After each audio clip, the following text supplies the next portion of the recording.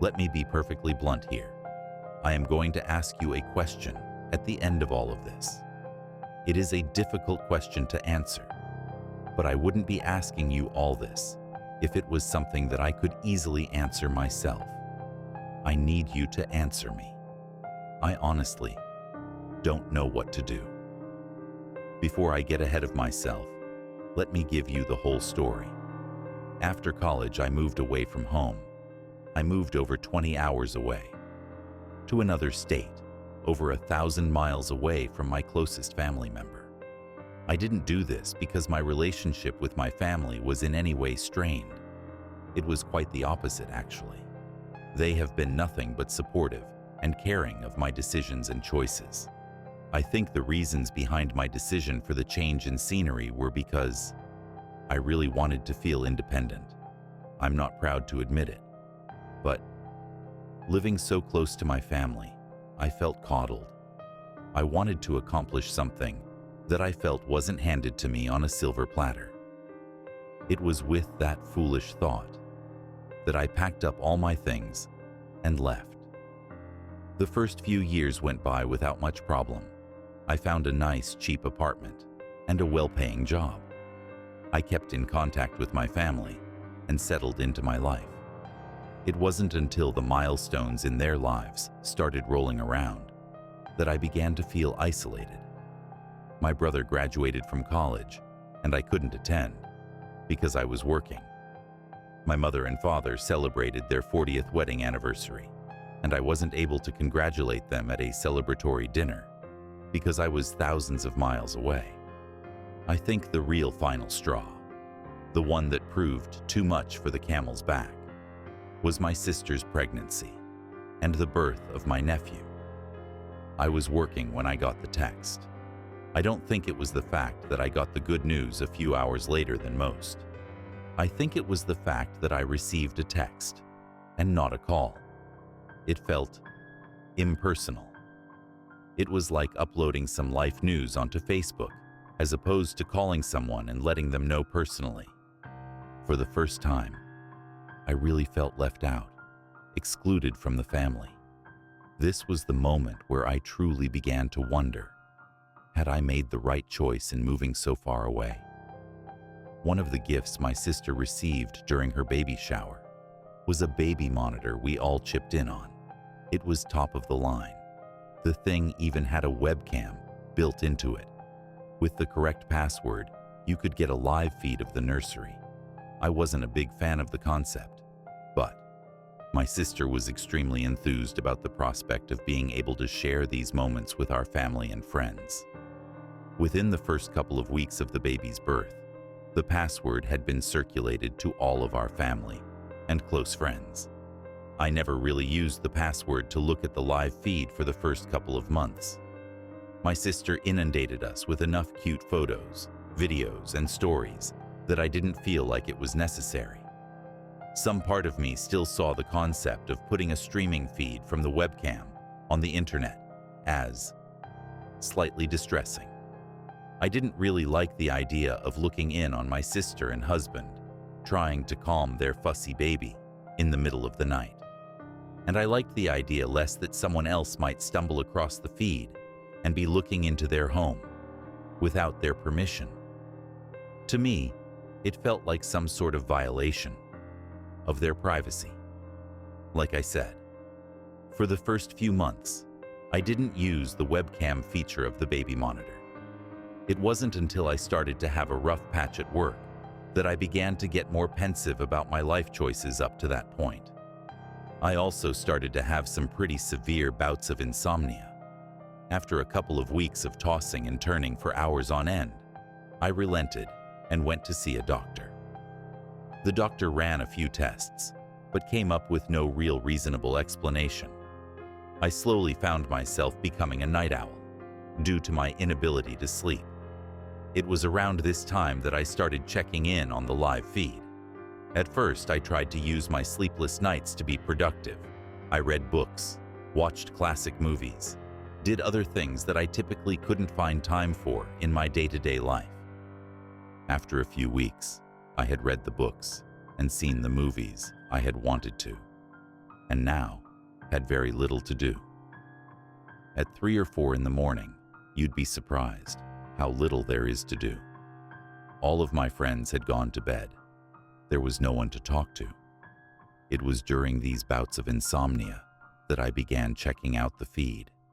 This may seem like an odd thing to say, but watching something so small and precious, sleeping so contently, really can set your mind at ease.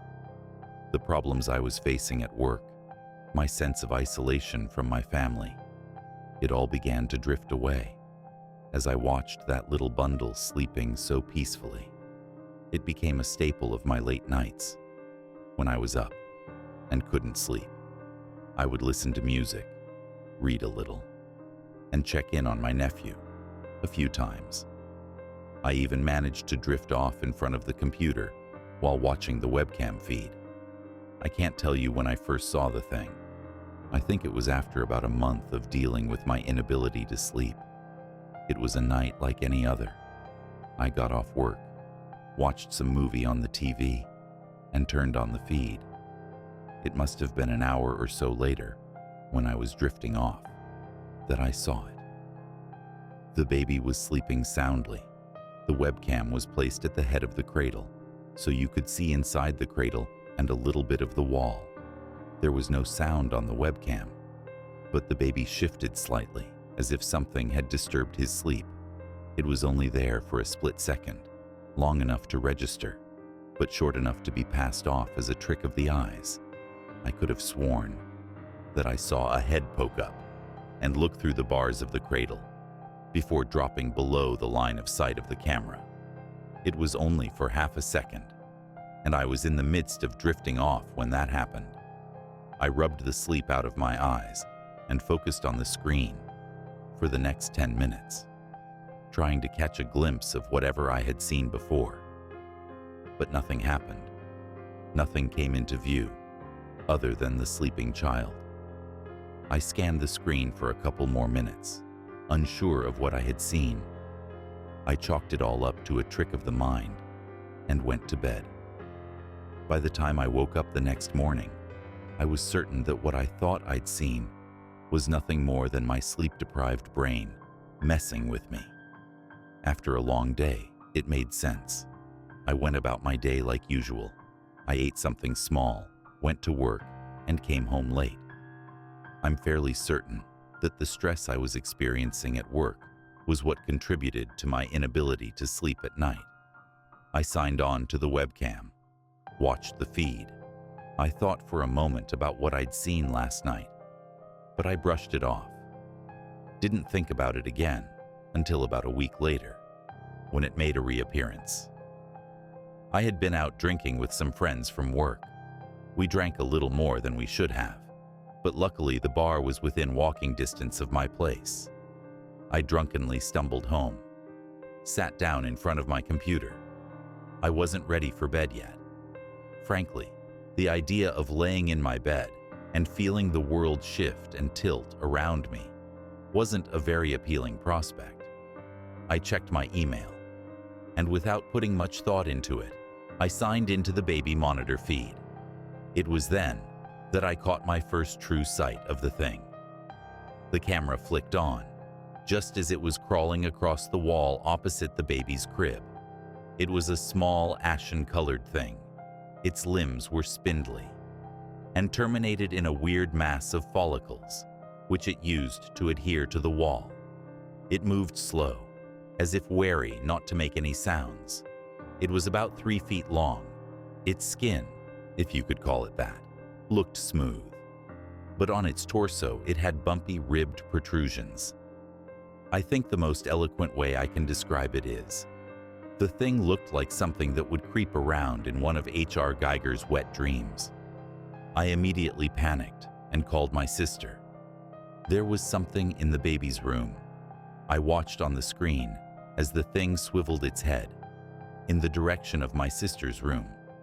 It must have heard what I could not. From the feed, the cell phone ringing. It skittered across the wall and vanished off screen. My sister groggily answered her phone, nonplussed about being woken up Once the baby had been successfully put to bed, she immediately knew I was drunk from the slurring of my words and was about to hang up when she caught my words. "Something is in the baby's room." I heard her shaking her husband awake and sending him down to check. I had her hand him the phone before he went to check. I watched as the door creaked open on the webcam feed. I told him to look around the wall, or possibly under the crib. He checked, but found no trace of anything. When I asked him if there was anything near the foot of the crib, he shrugged and told me that there was a vent, but seemed hesitant to believe that anything could be there. My brother-in-law put my sister back on the line, who now seemed aggravated at having been woken up so late at night. I lied, told her that I was certain I had seen a rat crawling near the crib. I had to lie to her. If I told her the truth, she would think I had gone off my rocker. She agreed to find some way to seal off the vent, just in case there was a rodent. I spent the rest of the night watching the baby sleep. The thing didn't make another appearance that night. I decided that my only recourse was to catch the thing in the act and get some photographic evidence. That was the only way I could get them to believe me and possibly get my nephew to safety. As it was the weekend, I had a little more freedom in my schedule. I slept during the day and stayed up at night so I could monitor the baby. I kept my phone right next to me, my fingers on the keyboard, ready to take a screenshot the instant that thing made an appearance. I spent a few nights watching the baby monitor without any strange occurrences. The weekend passed by. I took a day off work so I could stay vigilant. The thing didn't show up that night either. I took the next day off, much to my boss's chagrin. I saw nothing that night either. When I called again to take another day off to sleep, my boss fired me. It didn't matter. I would catch that thing and keep my nephew safe. I started to doubt my sanity after a few more nights. Had I really seen something? Was I having some sort of mental breakdown? Was I coming apart at the seams? I didn't spend a lot of time doubting myself before the fiend made its final appearance. To be honest, I wish I could have spent the rest of my life doubting my sanity, as opposed to having it reaffirmed by the grotesque reappearance of that fiend. I was struggling to stay awake. It was around 4 in the morning when the fiend appeared. I watched in shock as its slender, spider-esque limb came into view through the bars of the baby cradle. It hoisted itself onto the rim of the cradle and stared at the sleeping form of my nephew. I was unable to look away from it. Its face was similar to a human's, but it was lacking a nose, appeared more tapered. My macabre fascination was broken the second it skittered down into the cradle. With my nephew, I grabbed my cell phone, frantically looked up my sister's number. I selected call and looked back up at the screen. Now it was poised over my nephew, like a spider waiting to descend on something caught in its web. The phone was ringing. Its appendages worked and worried at its chest. The membrane tore and sloughed off, exposing a pulsating mass underneath. Why wasn't she answering? I saw something in the fiend's chest, worming and writhing its way free. Just before it dropped down onto my nephew, I realized why my sister wasn't answering. She had muted her phone so she could get a full night's sleep. The worm freed itself from the fiend's chest cavity and dropped onto my nephew's chest. He awoke and started to squall. But it was too late. The larval mass had been looking for an opening, and it had found it. My nephew screamed and shrieked as the worm worked its way into his mouth and slid down his esophagus. The fiend looked up, and for a split second, its eyes met with mine through the webcam. And in that singular moment, I had never felt so impotent in my life. I could only watch as it skittered away and left my nephew writhing and struggling against the conquering worm. The thing vanished off the screen just as the door to the bedroom opened. My sister appeared in the room. She had heard the crying, had come to check on the baby. I watched as she lifted him out of the crib and held him to her. I couldn't hear her, but I knew she was singing to him. I could only watch as she tried to calm him down. I had failed my nephew. I couldn't save him from that thing. It had implanted something into him. I didn't know what that worm-like thing was, and I doubt I want to know. In the heat of the moment, I had failed to take a screenshot, failed to capture photographic evidence of that thing. I had failed my sister. I was unable to protect her against that thing. I had failed. After losing my job, I had no other choice but to move back, close to my family. My dad pulled some strings and got me some work. I managed to live with some friends for a while before getting my own place. A few months passed, and I slipped back into denial. It was much easier to deny what had happened than confront it. It took some time, but eventually, I was able to allocate that horrible night into the darkest chambers of my mind. I convinced myself that I had had a mental breakdown, hallucinated, lost my job. A few weeks passed by, and the lie I told myself eventually became the truth. To me at least. My nephew continues to grow. He's 2 years old now. He appears to be perfectly healthy. He's adorable. In the moments that I was unable to convince myself that I had been hallucinating that night, I took solace in knowing that, at least, that larval-looking thing hadn't had any negative effects on him. I used past tense there, because that is no longer true. It all came to a head when my sister dropped off my nephew with me for a couple of hours, while she went to relax and have a bit of a spa day. I was bouncing him on my knee, making faces at him while he giggled. It was then, while we were face to face, that it happened.